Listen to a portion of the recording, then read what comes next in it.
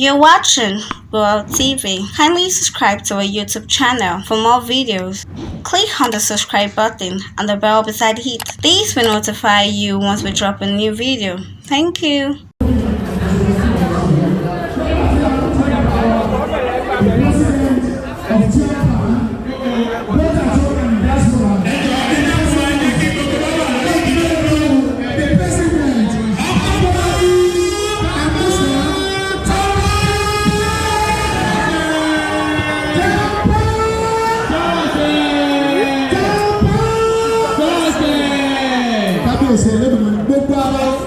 Àti ìrìn àjọpọlọ àwọn náà kí bàbá wa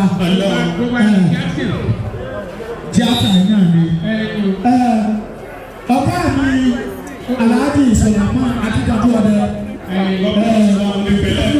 forces champion in general ọ̀nà kọ̀ọ̀dé president tí wọ́n ní àwọn lẹ́gbẹ̀lẹ́gbẹ̀ lọ́pọ̀lọpọ̀ àti gbogbo àwọn àpapọ̀ council of elders ti Kwara State Tampa àdúgbò àdúgbò bẹ́ẹ̀ mo kí alága fọ́tẹ́ àdébí ìdákàsí bàbá ìjàmbá I do address him as a worthy entrepreneur, as a worthy ambassador for all entrepreneurs in the whole foundation. Please, I have a place on Aja Botara Dede Dakati.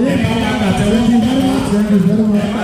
As the national president for our association, Japan at large.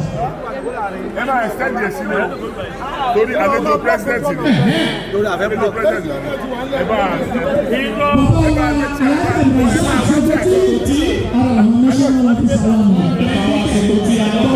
One chair. Former governor, Lagos State, you are thank you very much. What's one now? I'm a ready. One. Oh yeah, but yeah. Baba wa Damola Olojiji, the executive chairman, board of directors for the whole theatre artists in the whole federation. You are welcome. Thank you very much. By dynamic and powerful secretary, Kwara State Chairman, Malam. Baba wa Abe Lare, deputy president Benny. Fún gbogbo àwọn ẹgbẹ́ Japan lápapọ̀ ojú oníṣẹ́ yìí àrẹ̀ṣe àbọ̀ bàbá.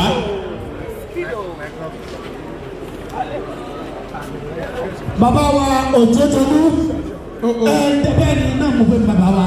Bàbá wa Ẹ̀dà Òjòjòlú mo kí ojú òní ti yé o.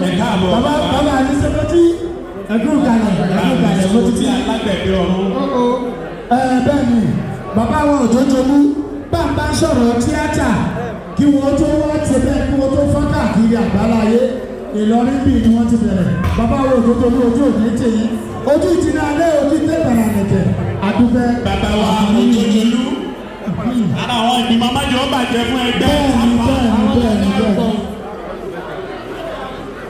Bẹ́ẹ̀ni. Bàbá ẹgbẹ́ májò ó bàjẹ́ fún gbogbo ẹgbẹ́ tí wọ́n bá jákèjádò orí. Thanks for watching this video. Please don't forget to click on the subscribe button. Kindly comment and share. We drop new videos daily. Thank you.